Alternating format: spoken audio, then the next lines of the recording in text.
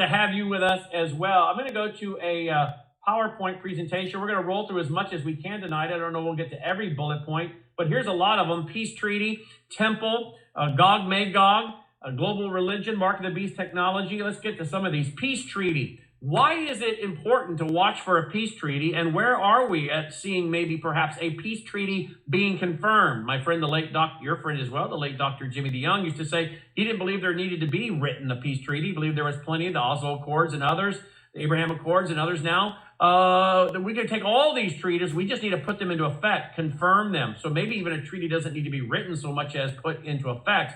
Why is this important, and how close are we to these treaties? And do you think those treaties need to be written, or do you think they just need to be confirmed by a global leader known as the Antichrist?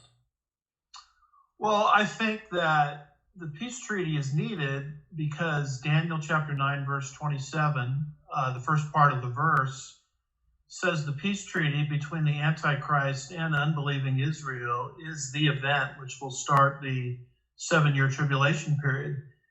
Now, when you think about this for a minute, in order for Israel to reach out to the Antichrist for a peace treaty, she must be in some kind of state of vulnerability, defenselessness, dependency. And that's the significance, I believe, of the so-called two-state solution, which is designed to take what many flippantly refer to as the West Bank. The biblical name for it is better paraphrased or read as Judea and Samaria. Take that territory away from the Jewish people, which they won in a war of self-defense in 1967, and give that back to either the Palestinians or the international community. And when you just look at a map, you see how Israel's width is reduced to less than 10 miles, should that happen. So that would place Israel in a place of vulnerability to reach out to the Antichrist to guarantee her survival.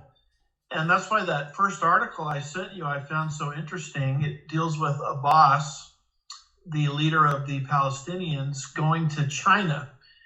And certainly in your Hold it down, guys. Let me go to that. I'm going to go to that article so they can all see that. Okay, pick it up there, Dr. Woods. Yeah, going to China. Here it is. Certainly in your broadcast, you mentioned China over and over again, the aggressive nature of China. Abbas going to China to get sort of counseling or help or advice, support to reinstitute this two-state solution. And so what's happening is the nations of the earth are now pressuring Israel to give up Judea and Samaria in exchange for the promise of peace. And I think that's going to put Israel in a place of almost defenselessness, where the stage will then be set for her to reach out, to the Antichrist to guarantee her survival.